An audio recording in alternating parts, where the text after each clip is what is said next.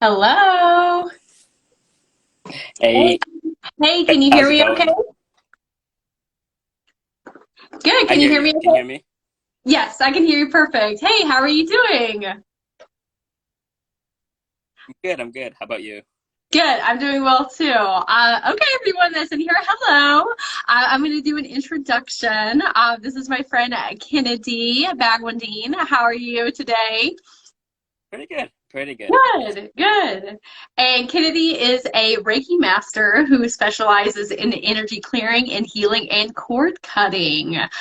So would you like to tell us a little bit more about yourself, Kennedy? Uh, You're back here a little bit. Okay. yeah, yeah. I feel like all the way in. Oh, what's happening? Yes. Yeah. Like I got started with like Reiki healing about like a year and a half ago. Mhm. Um, Learned different modalities, different healing stuff.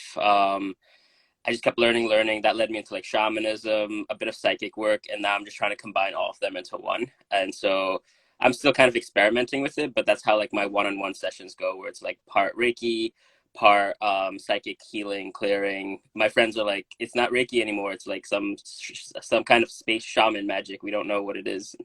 Ooh, I love that space shaman magic. I love that title for it as well. I don't know if that's something you'll stick with forever, but I love that. Yes. Something that you specialize in is cord cutting, and I was going to ask if you could explain that a little bit for people who might be the first time them hearing this. Oh, cool. Yes, yes. So I love doing this one. It is a lot of emotional work. So what'll happen is we'll go into a meditation. We'll pick a place in nature that you like being in. We'll go through a Reiki clearing, all of that, and then we reach the cord cutting part. And so what cord cutting is kind of you might have had some kind of connection with someone, a relationship, a family member, someone that just doesn't resonate with you anymore, someone that just kind of feels toxic. So we'll kind of go into that subconscious level of your mind and kind of remove any attachments that you have to them. And so those attachments normally appear kind of like ruminating thoughts. Like even if you cut contact with them, it'll pop into your head, just ruminating, coming back and forth, back and forth. Like you could hear their voice, you could hear things that they would say, or you'd see something that reminds you of them. And when that happens, I feel like that energy kind of calls them back into your life. So like when Mercury goes into retrograde and your ex comes back, like those cords still exist. There's still an attachment, an energetic attachment you have to that person. So when we cut the cords, that helps kind of shield you, kind of puts that block up, let you know that that soul contract is kind of like ended, it's completed. Should I get in soul contracts? I feel like Yeah, if you want to explain that a little bit too for people. so the ideology of a soul contract is first coming to the world. You pick everything that's going to happen to you for the most part, the major plot points. And so you kind of write that script. And so we ask certain people, certain souls that we trust the most to come into our lives to kind of push us onto the path that we need to be on. And that can be incredibly rough and incredibly insane. And so, like, no matter what you do, you learn lessons from different people.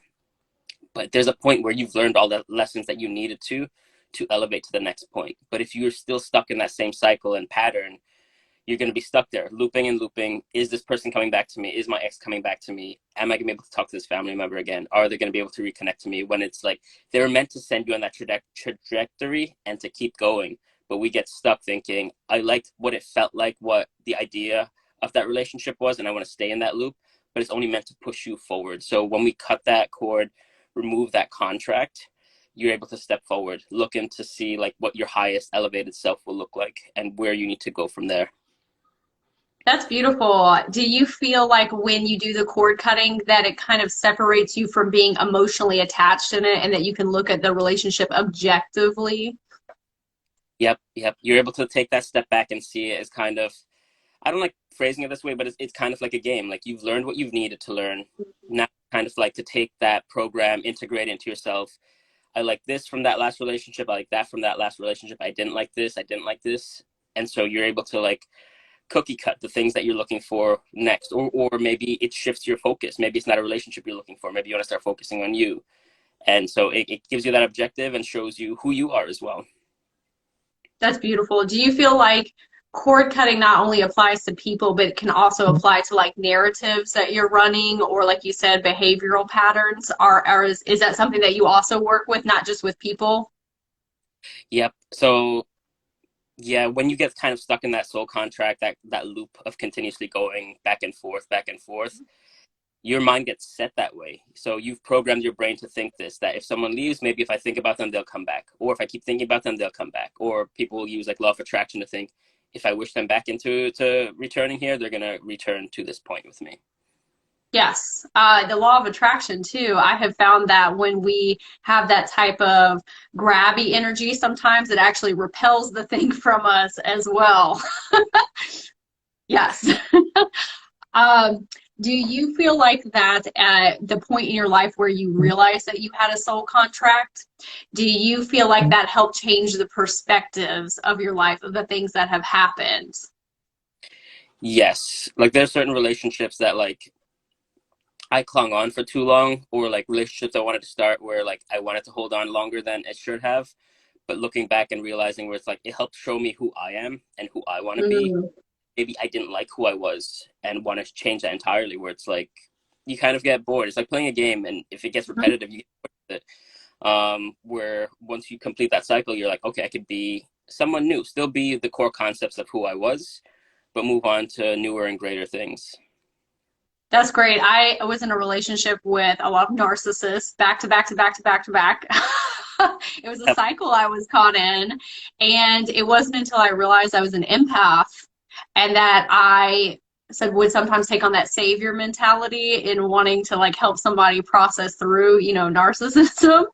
And when I realized that that was part of my soul contract to learn that lesson, like, oh, we have to self-preserve and take our power back as an empath. But I'm thankful for all of those people that I did have relationships with because then it made me realize my own power that I had. That's happened to me too, where it's like I'll see wounded people and I'd want to help them, and then in that I would get confused and relationships would form, and it's like, no, I just wanted to help this person, but I got too close, and now we're in a relationship, and I'm still trying to be like therapist, boyfriend, everything, and I'm like, that's not what that was never the original intention. It's just it got mixed up, but like that wanting to help, that empathy pulls in kind of that narcissism, those people that like they like the attention, and so I pull in a lot of like people that have like learned helplessness. They're used to feeling helpless. They like the attention they get from feeling helpless, and that's their cycle. Yes. And that's a form of our own, as empaths or light workers. I feel like sometimes we get into the victimization mode of like, oh, why is this happening to me? But we have to step into our power and say, oh, it doesn't have to. If I have good energetic shields and boundaries, which leads me into our next topic is what do you think about energetic shielding and the best way to go about that? Or why is it even necessary as empaths or light workers or just people in general to have? Uh, That's a great topic because I'm constantly making videos on it. But like, even so, I'm like, I'll still walk into the wrong person, and if they have a very like bad energy chemistry with themselves, like I'll feel it. And so as empaths, we immediately want to help and heal people. So when you run into someone like that, they immediately take your energy. They immediately refill your energy with that negative, toxic energy. And then it's left with you to kind of cleanse, recharge. I'm still in the beginning process of shamanism, but in shamanism, it is about kind of like you harness that energy, clearing energy, healing energy, and it's meant to give other people. But like you get trained to like constantly cleanse, constantly heal. For empaths, you have to have some kind of grounding and energy clearing and energy shielding. Otherwise, the moment you walk outside, you're gonna be able to sense everyone's energy, everyone's hurt, everyone's pain. Even if you don't realize it, that it's kind of like even like a psychic connection that you form with them just by being around them. And if you think about it in terms of science, we each have like a magnetic field around us, and those magnetic fields begin to interact with each other when we're outside, when we're around other people, even on a crowded train, crowded bus, in your Mhm. workplace, you're going to sense it. But also going back to the word empathy, a lot of us are empaths because we were in a lot of traumatic situations growing up. So we're constantly kind of like in survival mode, looking for it, and so our body's programmed to look for where that danger might come from, take that energy in, analyze it, and figure out what to do with it next. But then we get anxiety, we get different things that kind of we don't know where that energy is coming from. And so a lot of times I ask myself, like, is this my energy or is this someone else's energy? Oh, that's beautiful. I have been talking to several people recently about being empathic and going into public places. Before I realized I was an empath, I felt like there, and because I'm light workers too, we naturally raise people's frequencies. And so when we go into very crowded spaces, for myself personally, I felt like there was a lot of people that were always looking at me and pointing their projection of their energy at me. And I didn't understand why. And a lot of times it was like negative vibrations. But what I noticed was it was them looking at me and energetically asking me to help transmute and raise their frequency up. But I didn't know that. And so I was taking projections on like they were mine and then integrating that as more shadow work that I had to do that I didn't need to. Have you felt that way before? I've felt that way. With everything in the last 2 years, I've been more isolated, but when I'm around certain people, I'm like, is this, I think I saw a friend maybe on Monday, and then like after they left, I'm like, I'm in the big sad. I don't know why I'm sad. What is Yeah. wrong with me? What is happening? And then I realized it's their energy, they're processing grief. And I picked up that grief Mhm. and that thing with me. And I'm like, oh, this is not, I know how to handle grief. Mhm. Handling grief, what this is. And it can be such a stark, like high and low too, when you're around people because, you seem like, and I seem like I have very bubbly, positive, personality. And then sometimes when we get around people, it just tanks and it's no fault to that person because they're going through their own, right? But something that I have found helpful, and maybe you too, is to say, did I feel this way before this interaction or going into this public space? And if not, then that stuff is not mine. Yep. And that happens so often where it's like I think it's like holiday season, so we went to the shopping mall and just going around there, I'm like, I feel like I'm in the Matrix, nothing feels real, I'm feeling everyone's energy flowing through me. I'm like, oh, I need to go run the forest and just not Mhm. uh, So if you experience that anxiety with being around a lot of people and learning how to do your energetic boundaries and your shields, what do you say is a good grounding activity for something after you experience that? for me, I'm very visual. Like everything that I know is like popping into my head, but like I'm very visual, so if I can, kind of stepping away, imagining myself in a forest, imagining myself in a place of nature, imagining a shield of light surrounding me. In shamanism, we open space around ourselves. It's called opening Workosha, and so we open like a shield or a bubble around ourselves just to energetically protect ourselves. So, um, imagining it or doing the steps to do that, it's kind of like stretching. Like you put your hands in front of your heart space, hold it all the way up, pretend you're like opening a bubble around you, and then closing it in front of you. The more you practice that, you could just imagine doing that, and so it opens that space of protection. Other things you can do is that's kind of like anxiety you would be feeling. So I would do breath work where you start counting your breath. Inhale for the count of 4, exhale through your mouth, the count of like 6. Oh, I think breath, as you were saying that too, the sun started shining through my window as you were talking about energetic shields, like light shields. I think a lot of times too, people don't realize that you can etherically call things into you. It doesn't always have to be physical. Like you were talking about, you imagine being grounded into the earth. You can ask Mother Gaia to Yeah. come in and help you ground. You don't necessarily have to be outside with your feet on the ground, even though that's good.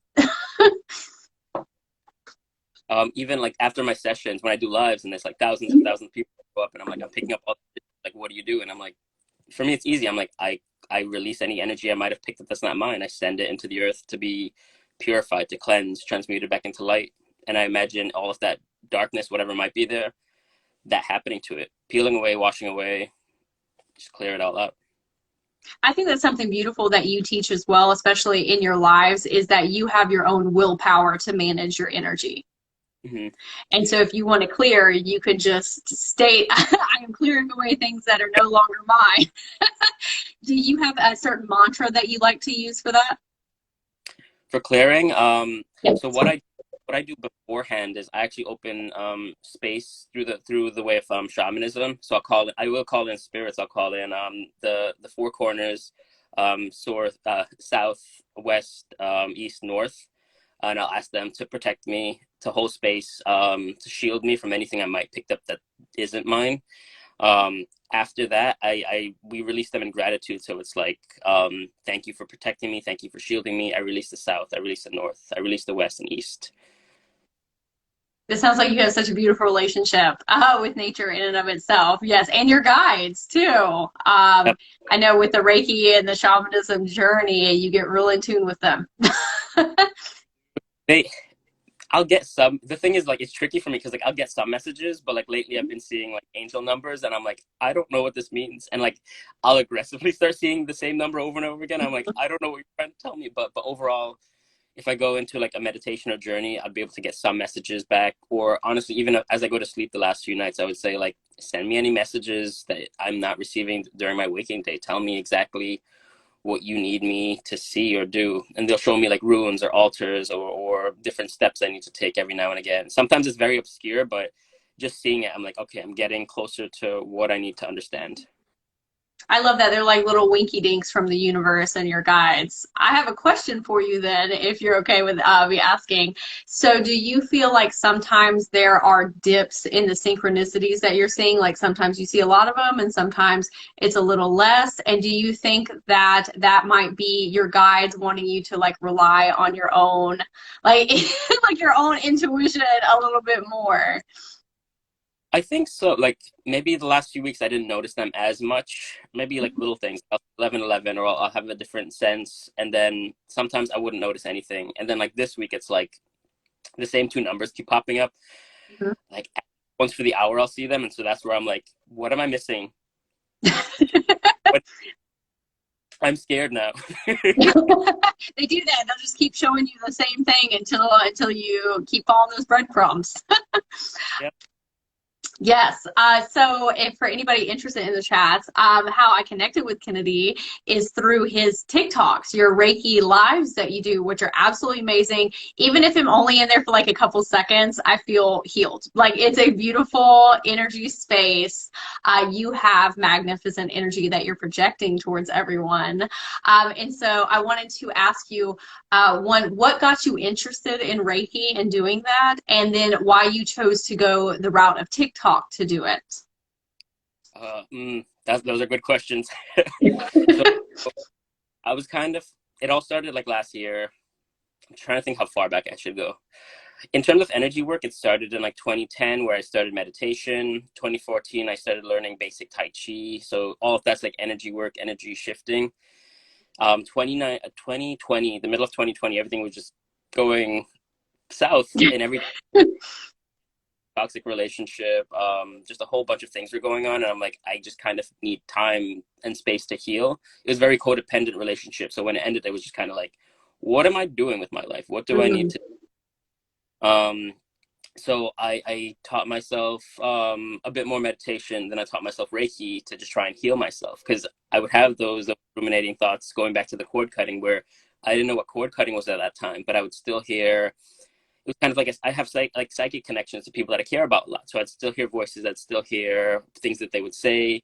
I would think about them too often, and I'm like, it's over. I need to just walk away from this, and I don't know how. So I'd use Reiki to try and heal the different chakra points, learning about the energetic body, all of that. And so then leading back to this, well, back in April, then my best friend died. So then I started learning more things, going through grief, going through the grief process, going through therapy, all of that. And then I found online, there's a community called the Portal 1111, and they teach a whole bunch of different, well, they do a lot of different healing modalities on you, Reiki healing, shamanism. And that's what started getting me pulled into wanting to do this because I saw other instructors teaching, showing what they could do, showing psychic work, showing how they work with things.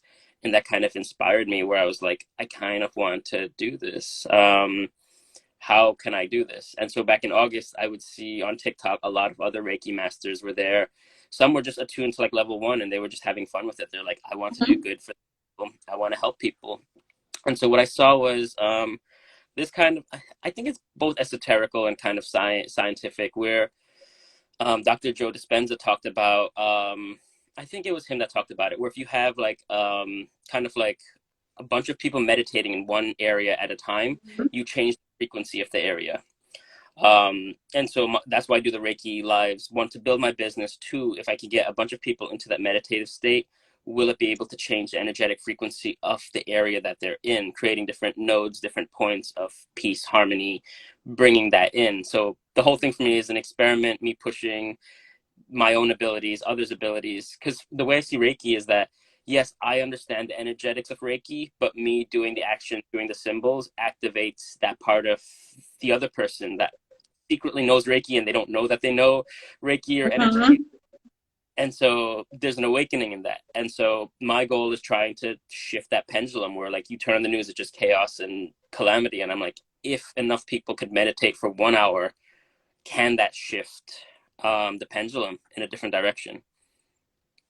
I think that is so beautiful, and it really does feel like that way when you're doing, because I'll do Reiki lives too, and it feels like we're all coming together for like a collective healing, and is raising everyone's frequencies, and everybody that's in the live together is helping raise everybody else's. And so for that little hour, it's like you said with Joe Dispenza, we're just creating a little collective hub to help heal not only the individuals, but also the collective globally. Yep. Yes. But that's how I met you. I think you went live with your first Reiki, and I saw it, and I'm like, you know what? I need Reiki today. Let's do this. Yes. So, And the healers need to be healed too. I'm like, your energy's awesome. Let's Oh, let me thank know. you. Yours too. Do you feel like when you do your Reiki lives also that it's also training you and helping you with your process, and it's kind of leveling you up on your practice at the same time? Yep. Because for me, I before that, I've only really worked on one person distance healing where I got very comfortable doing it on the TikTok lives. Like my first live, there were like 3 people there, but they were following me for like a little while I was like starting up. So like it felt comfortable. And so the more people that I'm able to like practice on or notice, like I feel like there's a shift in my energy. But like now when I do one-on-ones, I'm like, is it too intense when I do a one-on-one? Because it's like, how do I um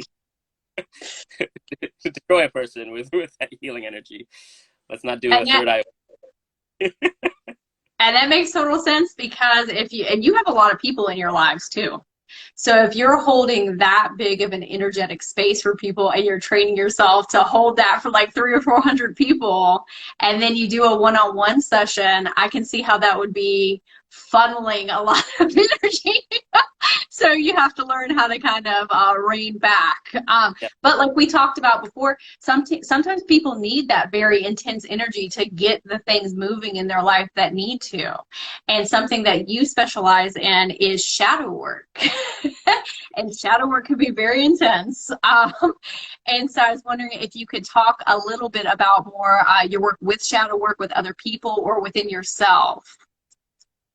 So shadow work, what shadow work is in general is kind of like taking those aspects that you feel triggered or hurt and kind of looking into them and seeing what was the origin point that made me start feeling this way. Did a parent yell at me? Did someone humiliate me and make me feel shame?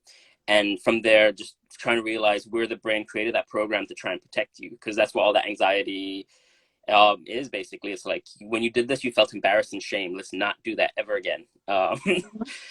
And so there are different modalities in which I do shadow work. One, when I first started therapy, was sort of we would talk about it, and then he would send me home for the week where I would do journaling, different journaling prompts. He was testing for complex PTSD, so he'd have me write down different points of trauma that I remember throughout my lifetime and rating them from 1 to 10. But then also writing down the highest points, things that I enjoy doing, things that I like doing, from 1 to 10 as well. He wanted the higher ones, like 5 to 10. And so what he would do is, once we found a traumatic experience, we would do a meditation. And from there, he'd walk me through that scenario again. That way Mm. we start writing it, like have me describe what I see, what's going on. And then him affirming that this is not something I did wrong. This is what the other person brought to me. They brought me this energy. And going back to empathy, empaths like to blame themselves. If something goes south, the relationship goes south, a friend is mad at you, it's all my fault. What did I do wrong? When it's not that. We think of it 100% of the time that it's our fault, and it's not that. And so then after that, that's when I got into the portal, started learning, journeying through shamanism. And so the way they would do shadow work is through journaling. analyzing those emotions as they come up. But in shamanism, they do soul retrievals, where they kind of go into lower world, which is basically the subconscious mind.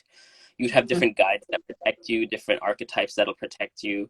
And they'll take you to different places in lower world where they would bring you a soul fragment, your soul fragment. So the ideology is that when you go through a traumatic experience, your soul does kind of fragment, but that fragment is still perfect. Your soul is still perfect, but that fragment goes into hiding until it feels safe enough to return. But it doesn't feel safe enough on its own. You have to go get it, collect the wounded version of yourself that came from that calamity. You pick up our animal from that, different items you might need to help heal this version of you, and then you come back to that place in nature in middle world, kind of middle world, kind of like a naturey kind of place. And the next 2 weeks you would meditate on that soul fragment, that wounded version of you, and basically it's like interviewing your younger self, like, what do you feel, why do you feel this way? And it would be kind of mystical, because sometimes it'd be you bringing a higher perspective and a healed perspective to them. Sometimes you switch roles and you would be the wounded person again. You'd be that wounded version, feeling it, and having a higher version of you kind of try and comfort you or hold space so that you could like break down, feel all of that energy, that we could feel whole again. But it's constant work, constantly going back, constantly finding new soul fragments, and just understanding what that energy is. There's a comment here that says, yes, I've been doing shadow work. So helpful to have a name for it. I feel like sometimes, even though, you know, it's not always best to like categorize things or put labels on things, sometimes that does help us heal, to have a name like empath. Yeah. And so we can collectively come together and say, oh, we've had these shared experiences. This is how we can help one another. This is what I've seen, or this is what I've experienced. And so when I heard the word shadow work for the first time, I said, oh, what is that? And then I started going down that rabbit hole. And Yep. something I've realized too is healing is an ever-going process. It is a lifelong process. And the way that I see shadow work is a big ball of yarn. And you're just constantly untangling, trying to get to the root of things. Yep.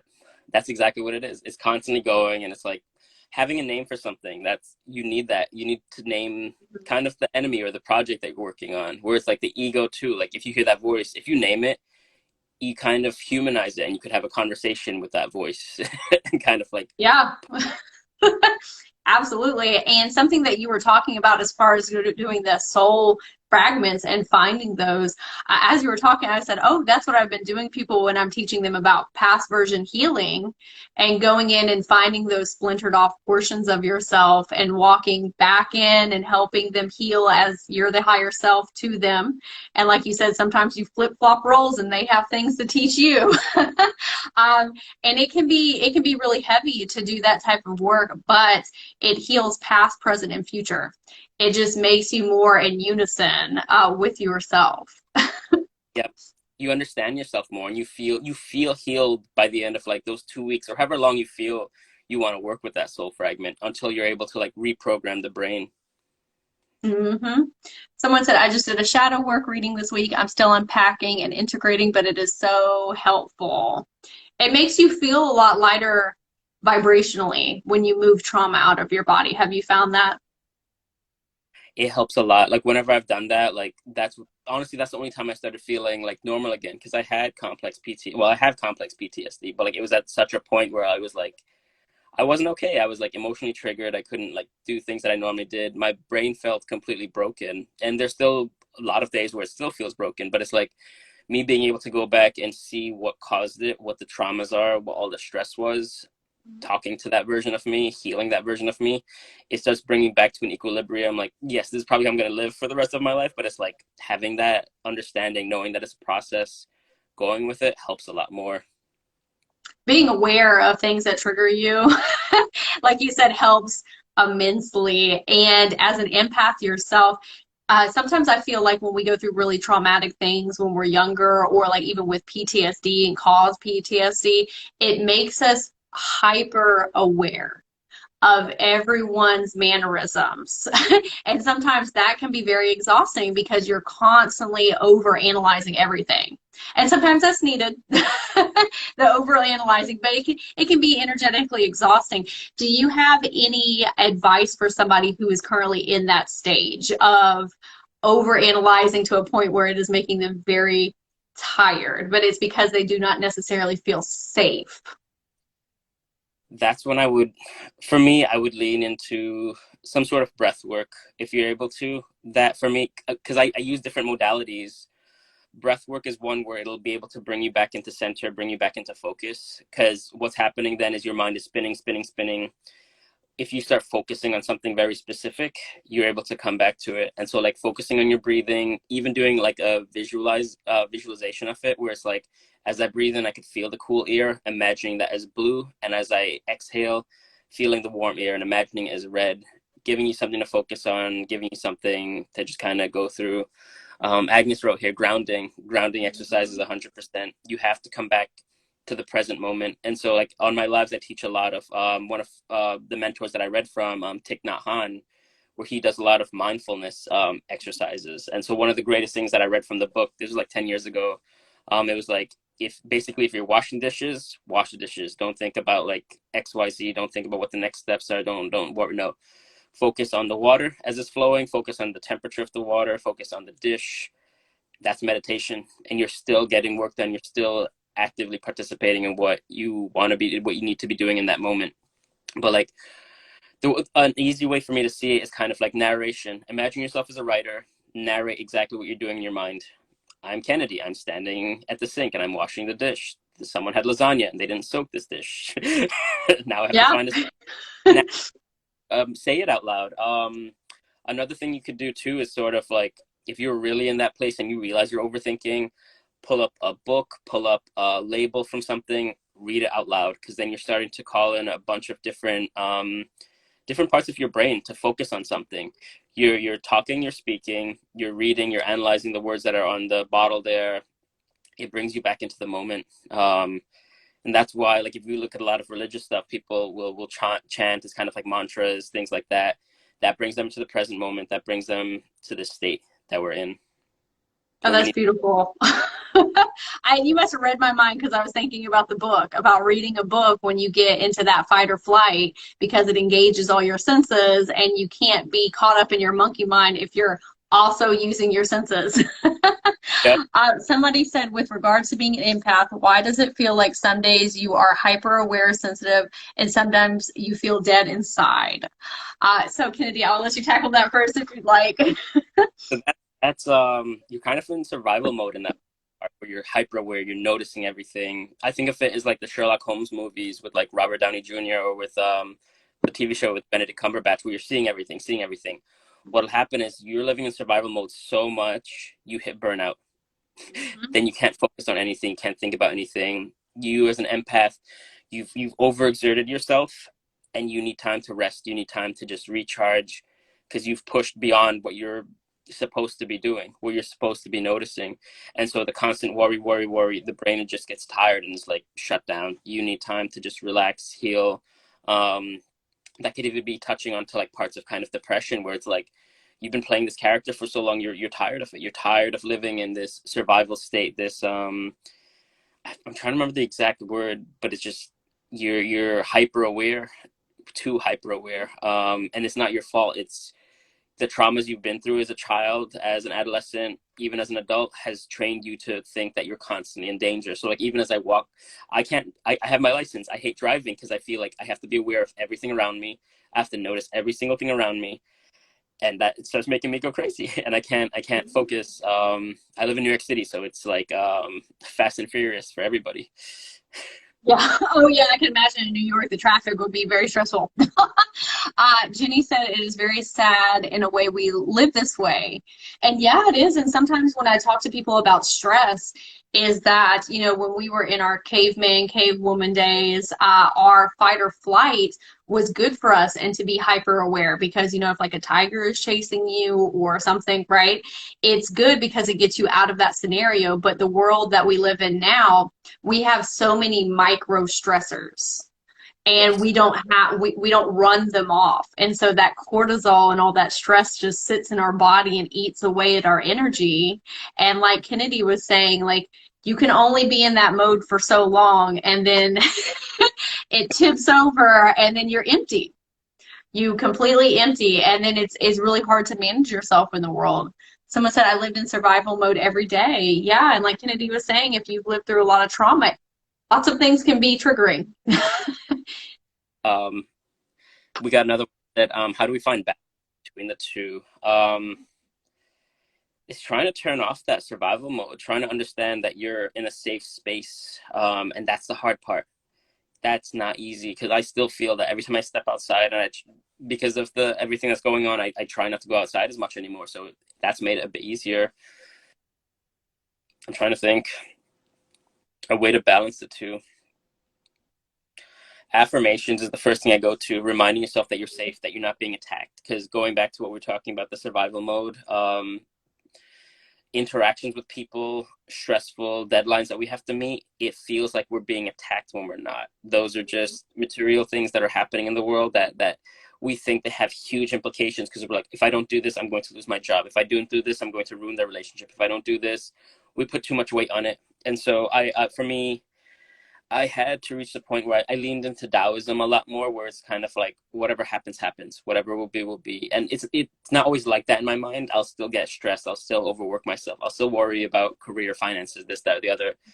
But like I try to like think to myself, like, I'm safe right now. I have what I have. I'm grateful for the things I do have right now, what is working for me. Meditation and grounding is what I would suggest to try and balance and navigate between the two. Being self-aware when you start reaching those points of hyper focus and just kind of saying, I'm safe right now.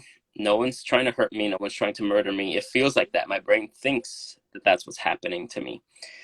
But leaning into that meditation, leaning into focusing on the moment, because what's happening is the brain is wired to ruminate, to think, to protect. And so finding the right vent, the right outlet for it. And so for me, I know like when I'm writing, that helps me bring me into the present moment, allows me to visualize, to focus. That'll take me out of it. And the same thing, like I said before, just creating a bunch of different tactics and techniques that'll help bring you back into a more calm central nervous system. I don't know if anyone here has heard of EFT, or emotional freedom technique. It's a tapping technique I recommend like taking a look at, but it's there's different meridian points on the body that's kind of used in acupuncture and different things like that. But if you tap on them or rub on them, it'll help relax the nervous system. So like I'm trying to remember all of them. So like between the eyes, if you tap here, the side of the eye, under the eye, lip, chin, collarbone is another one. So you might notice yourself as you're stressed, you might already naturally be tapping into these places. But look into that, because that way when you notice you're being hyper focused, when you're vigilant, you're like hyper vigilant, take a look at that and kind of focus on that. And you could use your affirmations with each of those tapping points, like I am safe, I'm in a safe place, I'm here now. And then, like I said before, kind of narrating what's around you. The sunlight is out, or whatever's going on, what the temperature is, what you feel. Use all of your senses and try to tap into them. My therapist, because going back to like complex PTSD, when you start getting into those parts of just feeling triggered, you have to bring yourself back into reality. So like look at a few things in the room with you and just say what they are. Post-it notes, a ring light, crystals. What color are they? What texture are they? Any sense that you think that you could bring with it, do that. And that's a meditation that'll help bring you back into grounding, back into reality. I love the tapping too, because it's almost like you're training your subconscious, like, oh, when I get stressed, I'm going to tap, and that means that we're safe and we're okay, and I'm trying to come back in my body. Because I feel like a lot of times what happens if we don't feel safe in our physical body, in our surroundings, we almost disassociate up into our mind and just completely disconnect. And our body is still freaking out. And so if we can come back into our body and say, hey, and tap and say like, hey, we're okay. It's all right. And I feel like that's also why, I'm talking very loudly, I feel like that's why shadow work and the soul retrieval is so important and integral to your healing, because oftentimes when we're getting triggered, our logical adult mind, the here and now, says, why are we bothered by these things? We're not going through those things anymore. But it's those past versions of us that are coming online and trying to take the wheel of consciousness and say like, oh, we've seen this before, I'm going to take over and keep you safe. And so that's where a lot of that disassociation comes from, like them taking over. And so like with your work with shadow work, when you go back in and you can, I'm going to say disconnect, but when you can create enough energetic space from those versions of yourself where you can come back in and say, hey, we're okay. We're safe. Nobody is hurting us. I'm not going to let that happen anymore. It creates, you know, that safe bubble for them to kind of relax. That's it's they call it reparenting, because it's like in those moments where you needed to be soothed, you weren't met with that. And some of us, the age that we're at, I think it was called the Ferber technique that was used a lot, where parents were taught back at those ages that like after a while, even still in infancy, you're supposed to leave the child and let them learn to self-soothe. They don't have a concept of who they are. They don't know how to self-soothe, so they feel abandoned. So everybody potentially has an abandonment wound from infancy. And so we're all dealing with from a time when we can't even remember it. We just know that we were left alone, abandoned, unable to handle any of the emotions that have been coming up.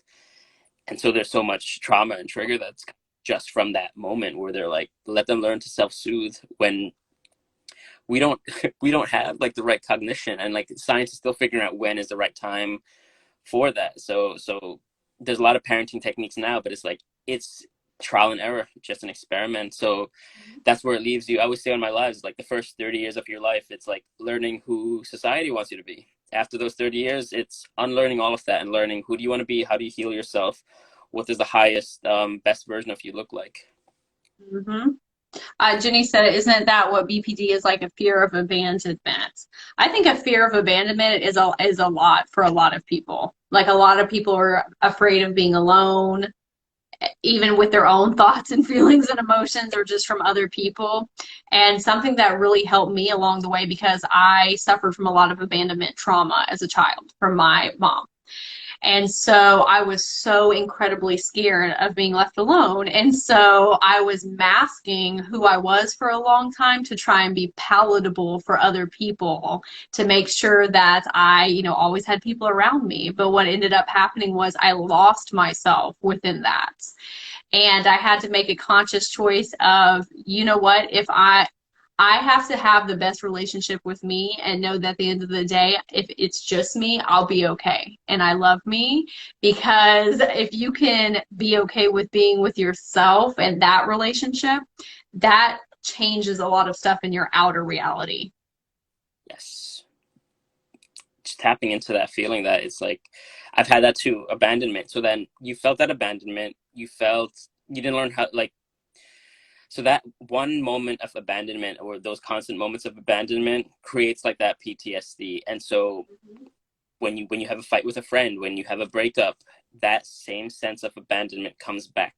And so when that abandonment wound, it helps create codependent relationships, because you're looking for that person that's supposed to be there for you. And even if they're not there for you, then you start giving more and more, thinking the more you give, they'll one day be able to reciprocate that. And so you start abandoning yourself, neglecting yourself, emotionally neglecting yourself. And that continues to strengthen that pattern, thinking that this is the right formula to fix this. It's just not working, and I don't know why. Where it's like, nope, it has to be inward. You have to, it sucks, but it's like you have to dive inward, reparent yourself, learn how to be an independent flame basically on your own. When you're complete in that sense, whoever comes into your life that could stand next to you but burn just as brightly, that's when you're in like a healthy relationship. Did you say independent flame? Yes. I have never heard that term before, but I absolutely love that. Instead of like the twin flames, the twin souls, I think what you're getting at is you have to be your own twin flame, like your own individual flame. I love that. I absolutely love that. And something I've been telling people too is a lot of times society will have us looking at relationships like, oh, it has to be 50-50.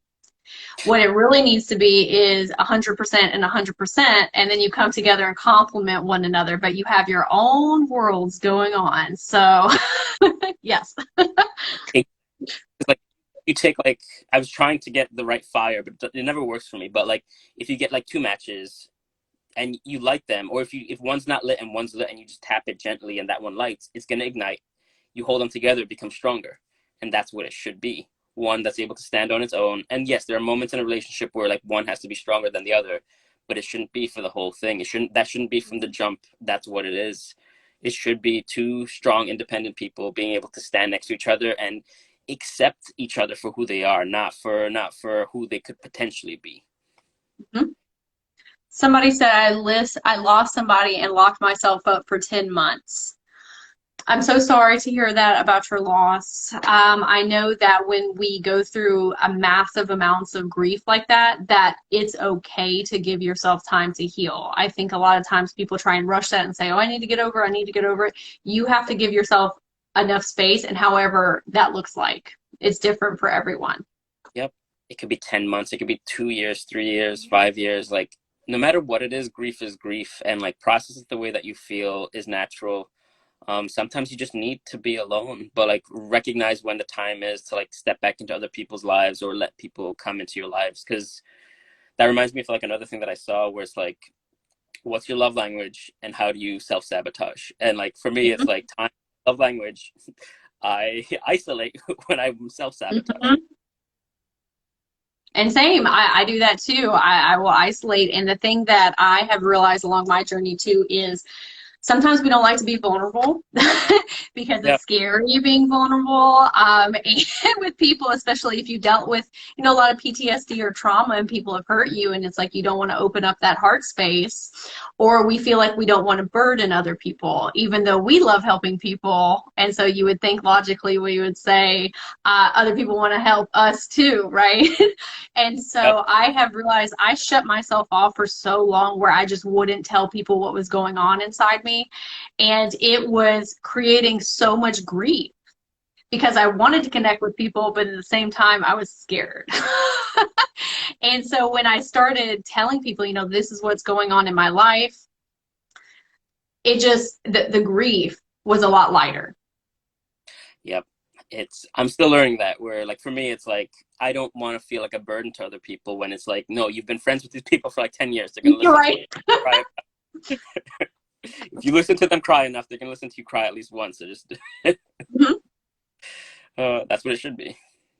I also think it's really important when you're being vulnerable, maybe you think this way too, when you're being vulnerable with people, that you're being vulnerable with the right people who can hold that energetic space for you. And not that they want to heal you, just that they're there to hold that container for you to unload that grief Yep. and then hold space for you to heal.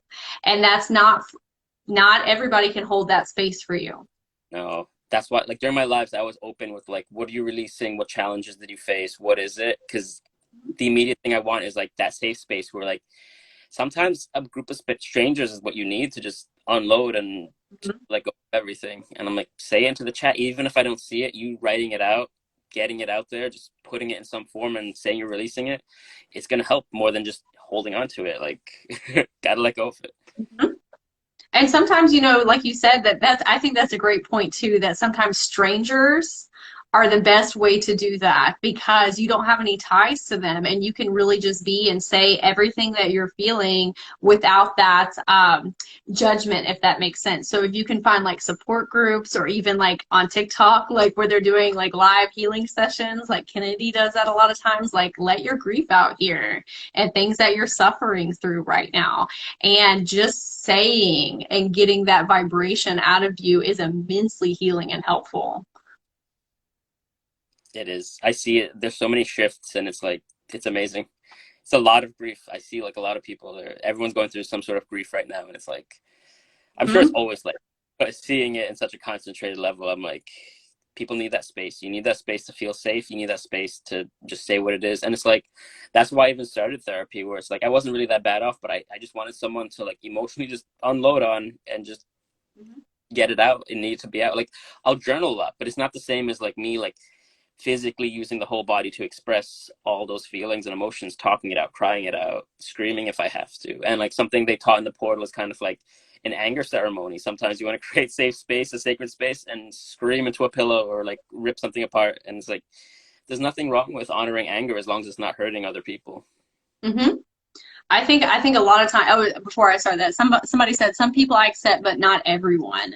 What I wanted to say for that is, it's okay to not let everybody into your inner circle.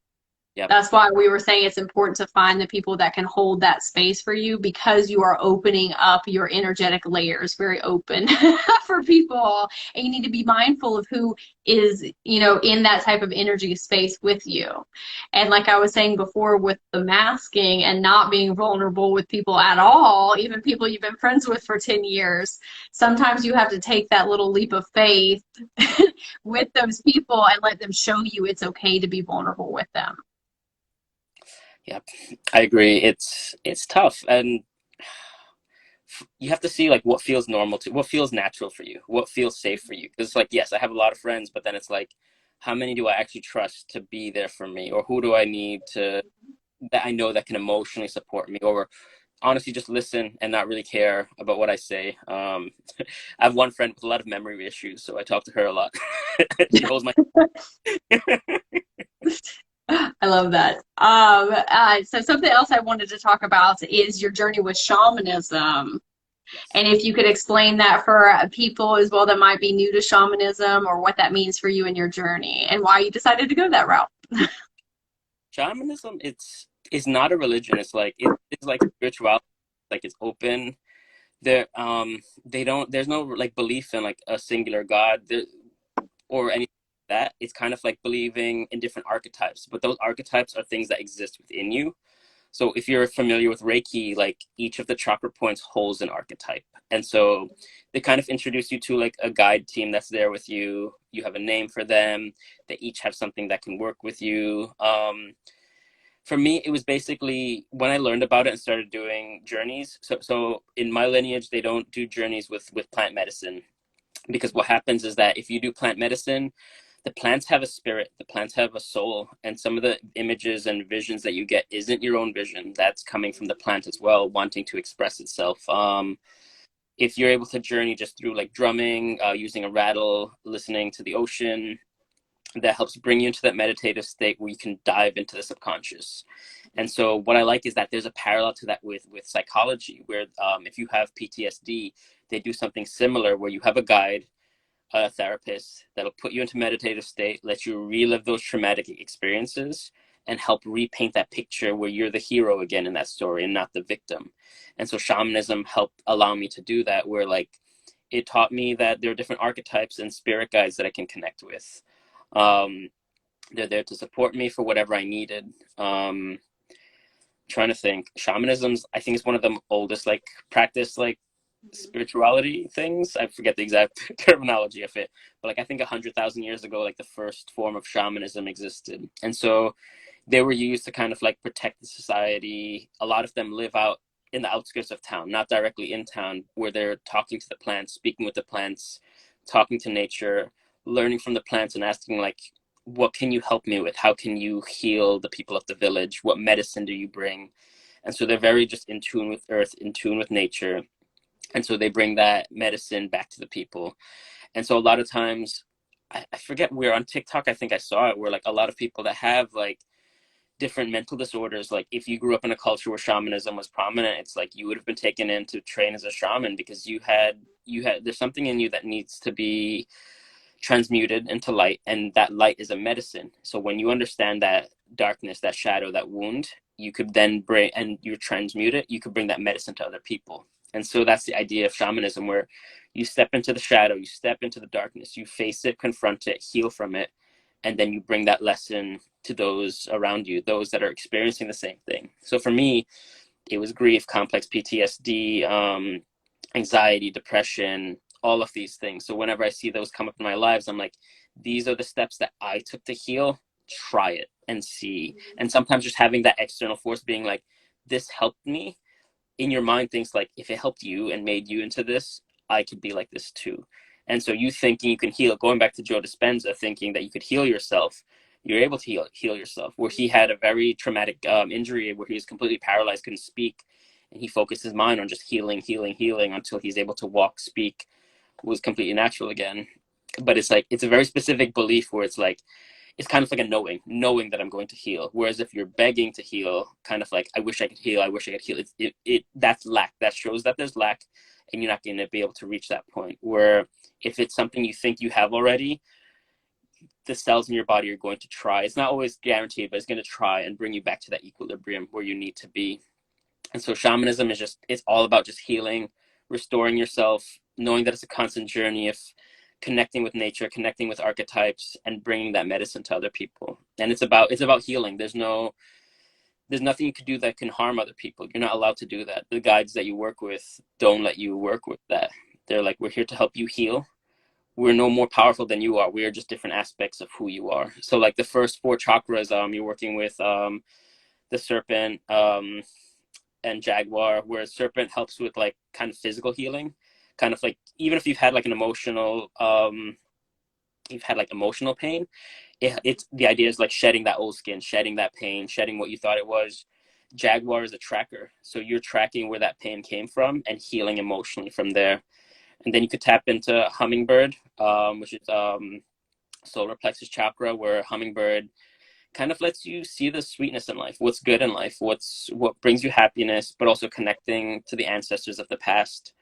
And then the 4th one is eagle and condor, where it kind of takes you out of that human experience and looks at the global scale in a bigger sense, where it's like we need that sometimes, where we're hyper vigilant, where we're in survival mode. We have to step back and just see everything. We're just sitting on a rock floating in space.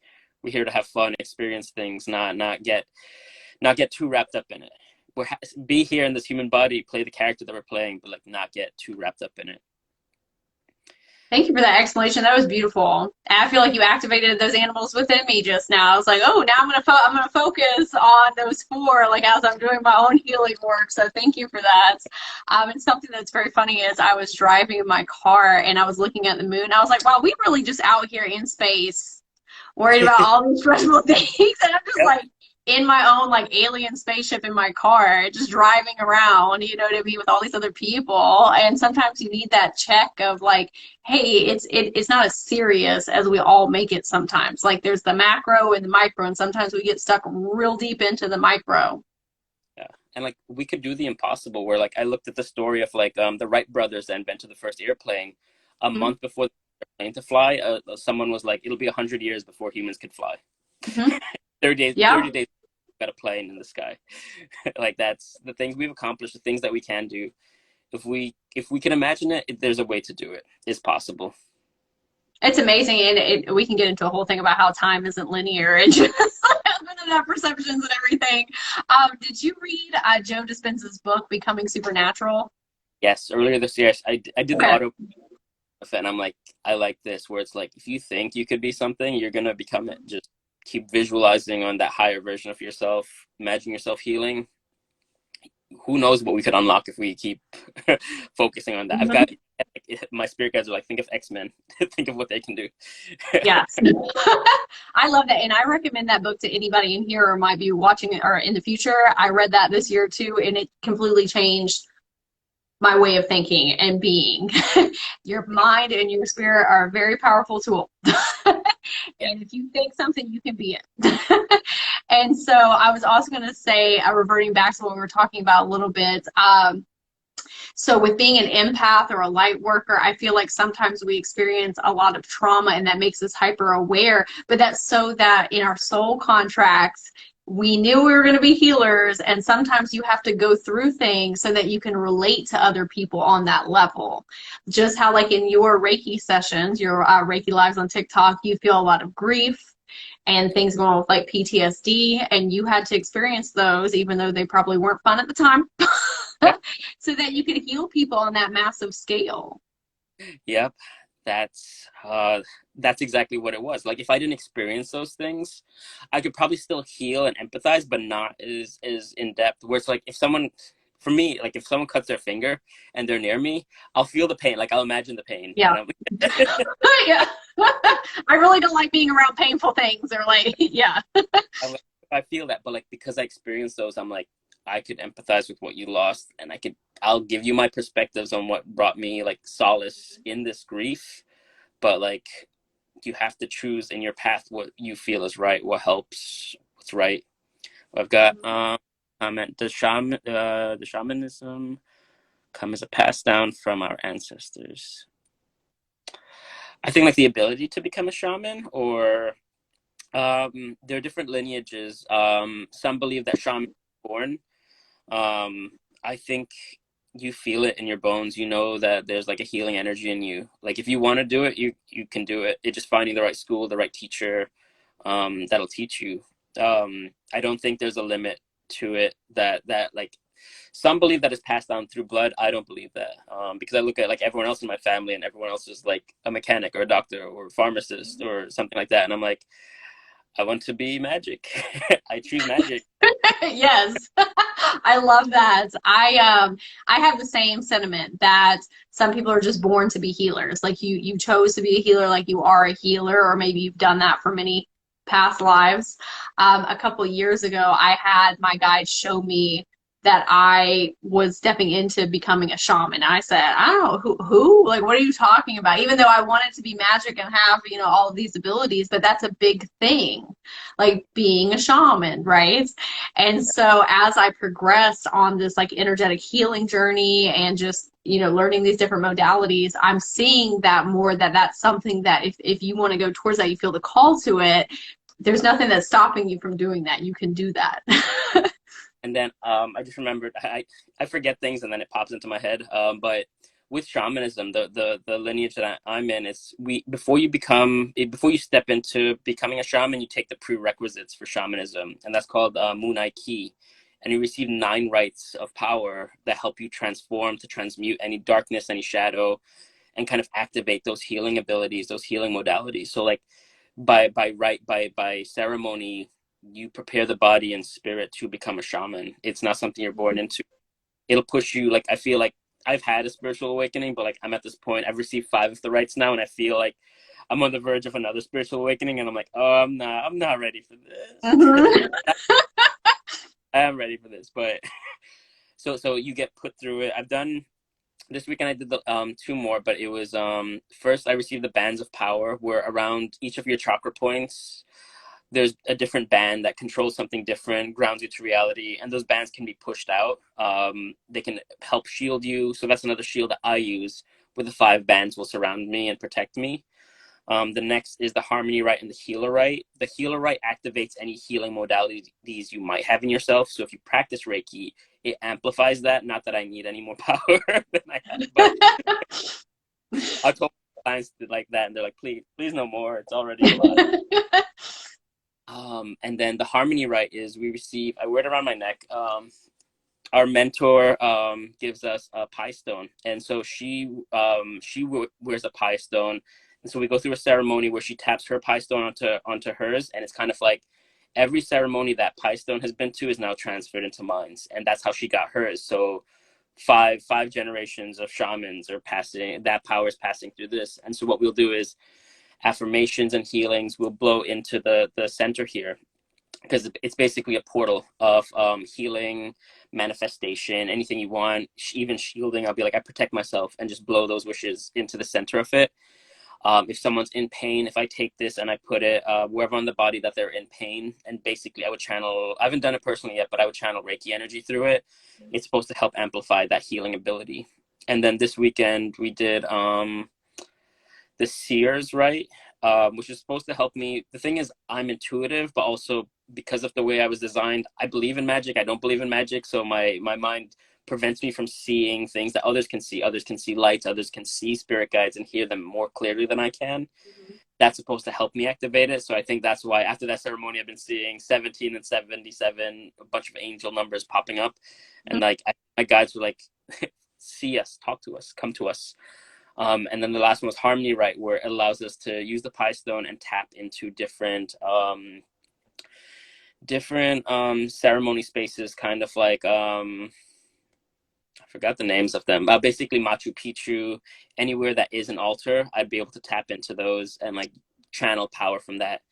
And so you and I have talked about kind of like Atlantis energy for a while too. And so like I'm trying to use that to tap more into Atlantean energy.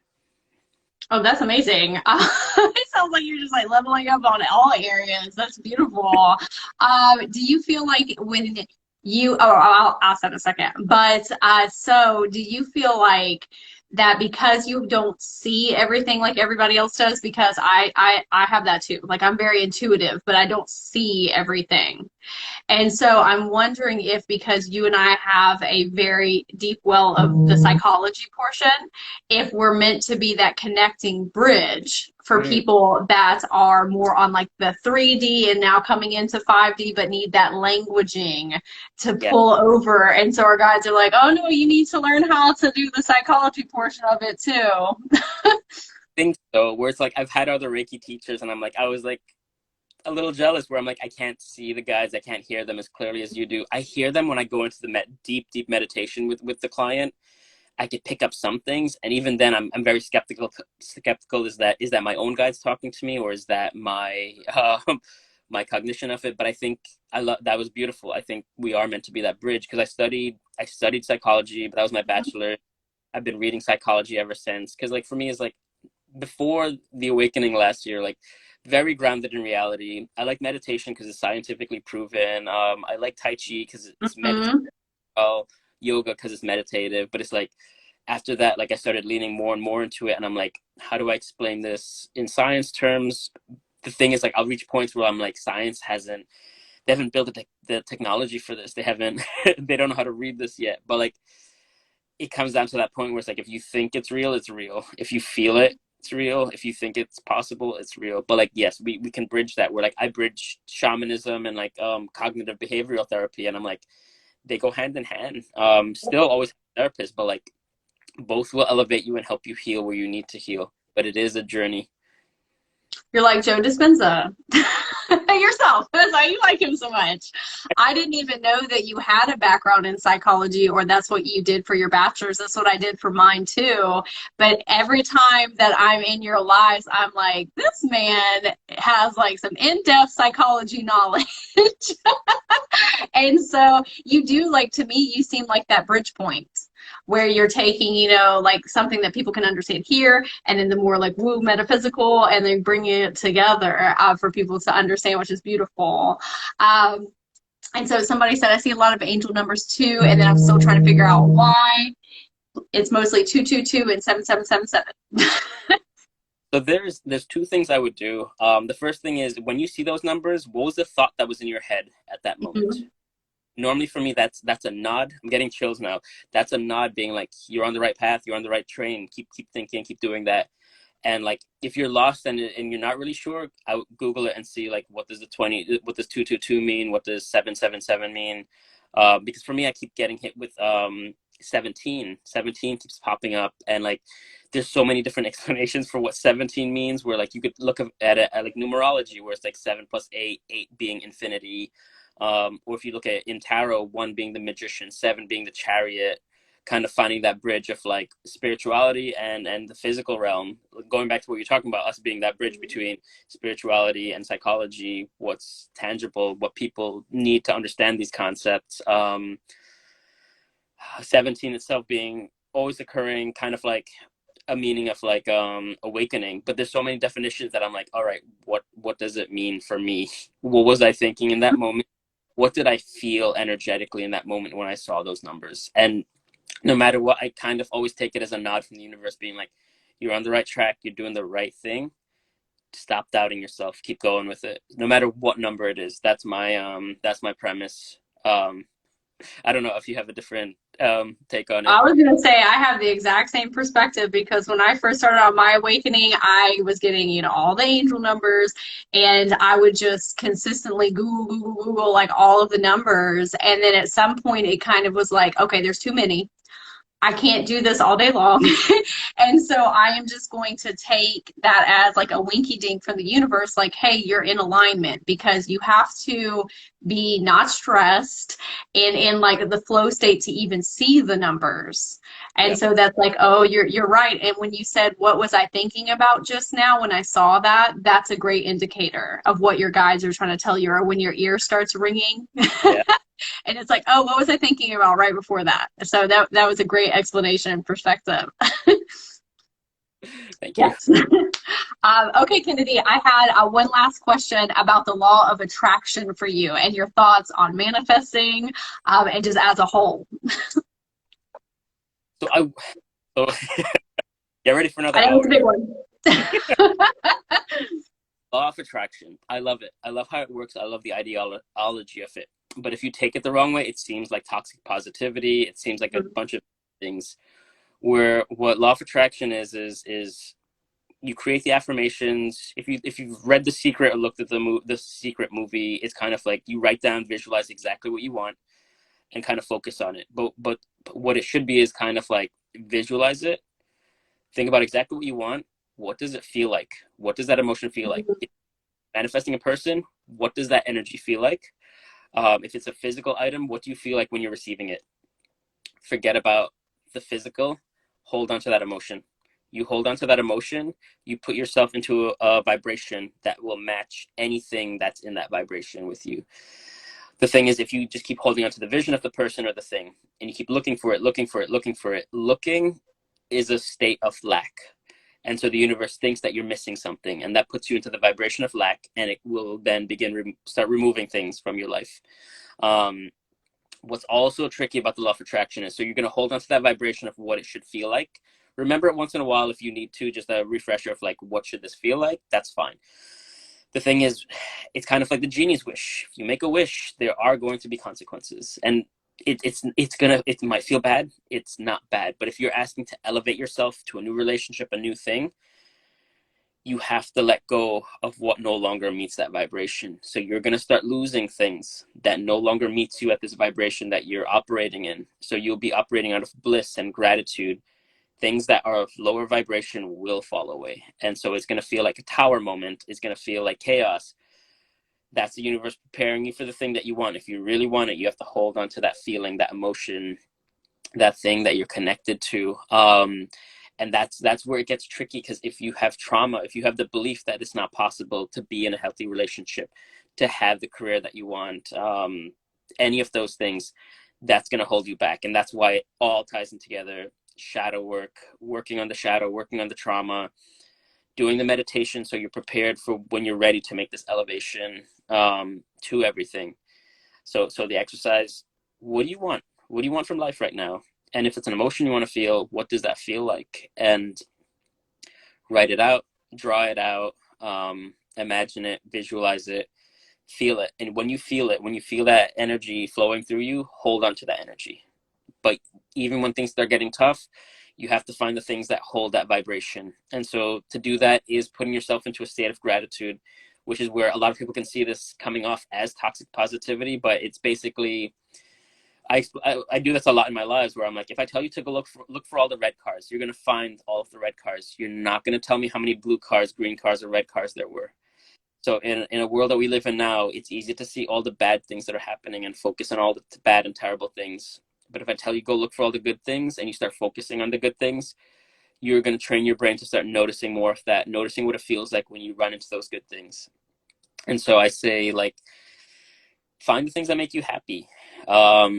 Is it a meal that you enjoy eating? Was there a book that you like reading? Other people you enjoy being around?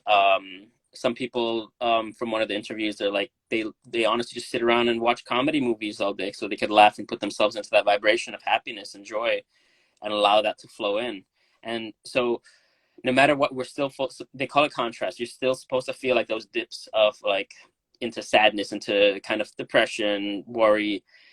They call it contrast to remind you, like, all right, so this is what this feels like. There might be a lesson here that I need to learn. Let's figure out what that lesson is. But then how do we get back into that state of gratitude, things that we enjoy doing? And so a lot of people say, have a gratitude journal. And if you can, write down at least 1 to 5 things a day of what you're grateful for. Did someone do something that made you smile?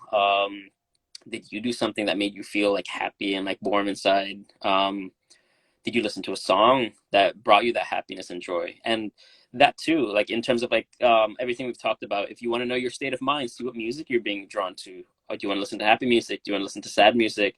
That's the vibration you're operating at in that moment. I've been listening to a lot of rock music these days, so I'm not sure where I'm at right now, but ACD Reiki coming up one of these days. I was gonna say maybe you do some Reiki with the music as well, because it's resonating and amplifying your energy. And so I like using EDM music as well. Kennedy, you're a beautiful speaker, because you just touched on like so many things, like in one. speech there. And I can also see why you're a beautiful marrying of the psychology and the metaphysical, because everything you said is a little bit of this, a little bit of that. And it's all needed. And like you were saying with the tower moments, manifestation could be tricky because it'll drag you through that tower moment, but that's so you're doing a reassessment on your life for new things to come in. But it's scary because all of this other stuff is leaving. And yes. And I just want to say a couple things. Something that has helped me along my way is it's a psychology tool that people use. It's called the Wheel of Life. And so basically it breaks down all the different areas of your life, like career, relationships, finances, social, fun, just all the different things. You can find a picture online. And if you start doing one tiny thing in each one every day, it starts the wheel moving and helps you get through that tower moment quicker and easier, because it's like not taking on the whole entire overhaul my life situation at one time, because I think that's really intimidating for people when they look around and they say, everything I'm doing now isn't working. Where do I even start? And so the Wheel of Life, I have found, has been very beneficial. You can Google a picture and just pick a teeny thing and just start going around the circle, and the baby steps start getting bigger and bigger as you go along. So I ordered this journal there's a YouTuber I follow called Lavender, and so she has like this Artist of Life workbook, and each month she has that. I didn't know that's what it was called, but she has that wheel, and so I've been doing that. Like, yeah, I probably failed the journal because I began this year off very different dreams than what I've ended up with right now. But like, it makes you pick different points. It's like, what do you want to focus on? And like, I was like, December. I think I had 2 months this year where I'm like, it's gonna be magic. Magic is gonna be the premise of this year, and that's of this month, and that's what I want for this. Oh, I love it. I love it. And something else you touched on too was the algorithm of life. So that's something I've been talking a lot with people, is what you feed your subconscious is what you get back into your outer reality. And so what you were saying, like, you have to be really mindful of the things that you are surrounding yourself with and consuming, because it gets projected back outside of you. And so, keeping yourself in those elevated vibrations is really important when you're trying to manifest things, because that's on the other side of your manifestation, is those elevated feelings. Yes. I think they call it law of reflection as well, where like everything you see outside, everything you don't like it because there's an aspect within you that you might not like. Maybe you have the potential of being like that person. But I like that, where it's like you kind of see yourself in everybody. And I think that brings a bit of harmony to everything that you're doing. That's beautiful. I love it. I have one last thing, just real quick. I know I don't want to keep you too long. But so you said that you are putting together something right now that is Reiki and shamanism and psychology and just a lot of different modalities in one. So I'm kind of going through something similar, where it's gone past the records, past Reiki, like it's just evolving into something else. How are you feeling about that? Is that making you a little nervous? Because I know when we're creating our own modalities and it's not based around something somebody else is already doing, it can be a little intimidating. So how is your journey with that so far? It's scary because it's scary, but also it's like you're like a scientist in like this Yeah. so like it's like I know a lot of the shamanism modalities, but because I haven't stepped into shamanism, I can't do those. I can't do the soul retrievals in the modality of shamanism. But I'm like, I know Reiki, and I could do it. I could. Yeah. That's it. Oh, sorry. I think you froze like up a little bit there. guys You said they've always just told Reiki. me like.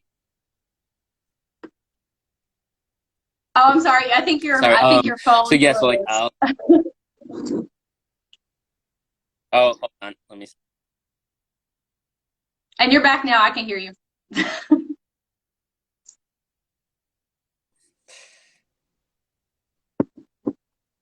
Am I back? Okay, I can hear you now. Yes. Okay. So I took those things. So I can't do like the exact route through shamanism, but through Reiki, you could do journeying through Reiki, and I've seen a lot of people do that. Take people to the Akashic records.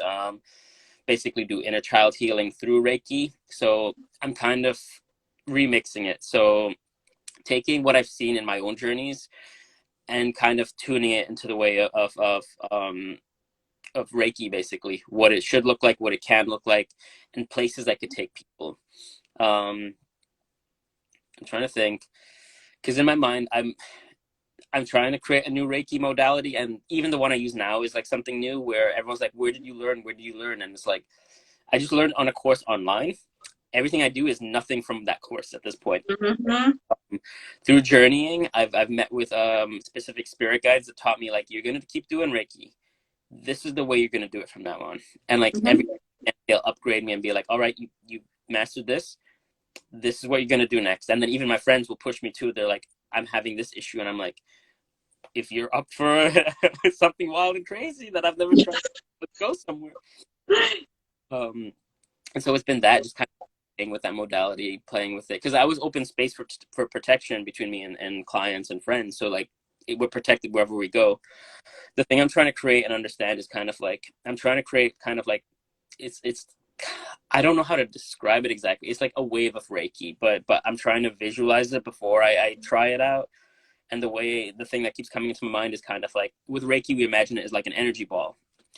This thing that I'm trying to create is kind of like an energy ball, but it blossoms kind of like a flower, so that the different petals that'll expand way, way outwards. And so I'm trying to understand how big it can be, what it can do, what the healing effect is. And even when I'm doing my lives, that's kind of how I see it, where it's like, I'm in New York, petals are blossoming out to all over the world, reaching people where it needs to go. But I'm trying to figure out the exact thing, because I know I'm supposed to invent it, I know I'm supposed to create it, and I keep getting messages for it where it's like, it's something that's supposed to connect everybody in a very unique way, but I don't know how. And like it touches on like that Atlantean energy where like, I think there's supposed to be like this interconnection, this telekinesis, where we're able to communicate telepathically, be more open as the earth elevates, as people elevate. And I'm like, I don't know if that ties with it, or because everything I'm getting now is like, I'm trying to figure out. I'm trying to understand more, but it's the message is like, connect. You have to create the wave, and the wave has to connect everything. And I'm like, oh, that's nice. Where's the instruction thing? I love that you're going through a similar journey because that's very, it sounds very familiar to what I'm going through right now. And I'm like, can't y'all just tell me what the plan is, what we're doing here, what name is it? I don't even know how to describe it to people yet, right? So I'm like trying to explain something I don't even fully understand yet. But I think it's beautiful what you're doing, and it's an example to people that you can do things in your own special way. And there is a whole assortment of people that need your healing exactly how you do it. It doesn't always have to be what somebody else is doing. Yeah, that's why I do the lives, because I'm like, this energy has to resonate with you, otherwise I don't know what it's gonna do. So like, join Yeah. us if you like what it is, because it's a heavier energy, it's a darker energy, it's a bit dense. Mhm. It's shadow and light, and it's like, you be ready to face the shadow, then to face the light. And then I heard a term last night from my shaman group. They were talking about what was it? I think it's called the light shadow, uh, something like that. But it's basically, we have our shadow, which is our suppressed self, and then there's the I have to look up the exact term later. I'll can try and send it to you, but there's a light shadow, and that light shadow is basically your greatest potential that was suppressed.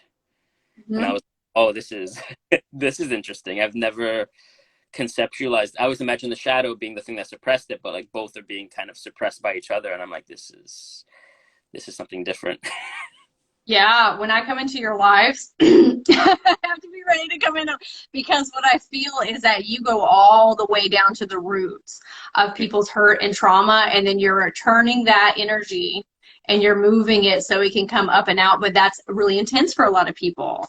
And so I tell people, when you're finding Reiki or any type of healer, you may not resonate with that specific one because maybe you're not on that part of your journey, and that's okay. That's totally okay. You'll get to where you need to go when it's time. Yeah, But for yours, you are like, you're stirring up a lot of like shadow, and so that's so that it can be moved up and out, which is beautiful, absolutely beautiful. But it can be very intense for some people. yeah. Yes. And I'm like, you have to be ready, because in my mind, I'm like, those people that are like, get within my energy field, they're gonna be curious about Reiki. They're gonna be curious about healing modalities. And like, the future that I see is, yeah, there's a lot of darkness, and we're gonna need a lot of healers in the future. And I'm like, experience what you can, be curious about what you can, learn to heal yourself, and then learn how to heal others through that modality. And that could be anything, through actual like medicine, psychology. If you feel called to these types of arts, to do what you feel called to. Mm-hmm. Yeah, just follow where your heart wants to take you. It'll show you the way. It'll be your compass. Follow your bliss and your joy. I know that's easy to say, but it really can be broken down that way. I was freaking out trying to get a Spider-Man ticket. I hope you get your ticket. I'm praying you get your ticket. Because I'm excited. Hopefully I'll go see it tomorrow too. Um, Kennedy, I want to thank you so much for joining me today. Can you tell everybody where they can find you and all of the wonderful things that you have going on? Yes, you can find me here. You can find me on TikTok. You can find me. I'm working on my YouTube. It's not the production quality I want, but the YouTube is there. In my bio has like the link to everything else. Right now I'm still doing one-on-one sessions. I do cord cutting, energy healing, energy shielding, healing the inner child is something I've been working on more lately. Trying to think what other things. I'm playing with mediumship through Reiki as well. So if you're trying to connect in different ways, let me know, reach out to me. That's something that I've been trying in my one-on-one sessions if you need to. I'm trying to create kind of like a maybe month or 2 month course where like it'd be different Reiki sessions where like the first session would be shielding, the next session would be shadow work, where we go and see what those pains are, remove those wounds, going into inner child healing, inner child work, and then kind of ending with kind of like you just finding your own power, talking to your higher self, trying to connect with guides. So that's something I'm trying to piece together. Like an energetic life coach is beautiful. Yes. Psychology and the metaphysical together. Yes. And you go by Alchemist Kennedy on Instagram and TikTok. Correct. Yes. And I'm sorry, what did you say? On YouTube as well.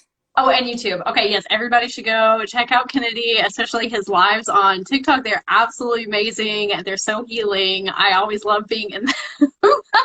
Yes. And I want to thank you so much for joining me today. Thank you. And for everybody that joined in on the chat. And thank you, Jenny. We love you too. Okay, Kennedy, well, I'll let you go. And thank you, everyone. And it was a pleasure having you. And I'm sure I'll have you on again. Sounds good. Thank you so much. All right, you're welcome. Have a blessed day. Bye. You too.